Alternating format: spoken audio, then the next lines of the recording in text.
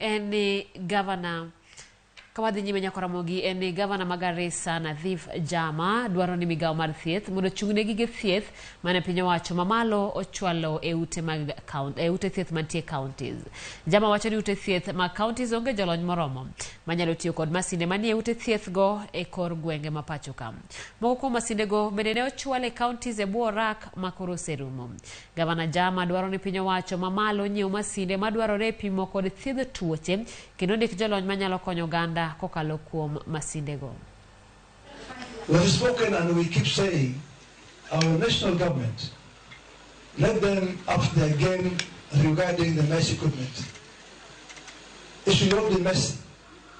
They are the ones who procured on our behalf these machines or this equipment. They are the ones who undertook to maintain them. They are the ones who undertook to keep the relationship with the providers. And now we are in a situation whereby in a number of cases the contracts have expired, the maintenance SLAs are no longer active, and nothing is happening.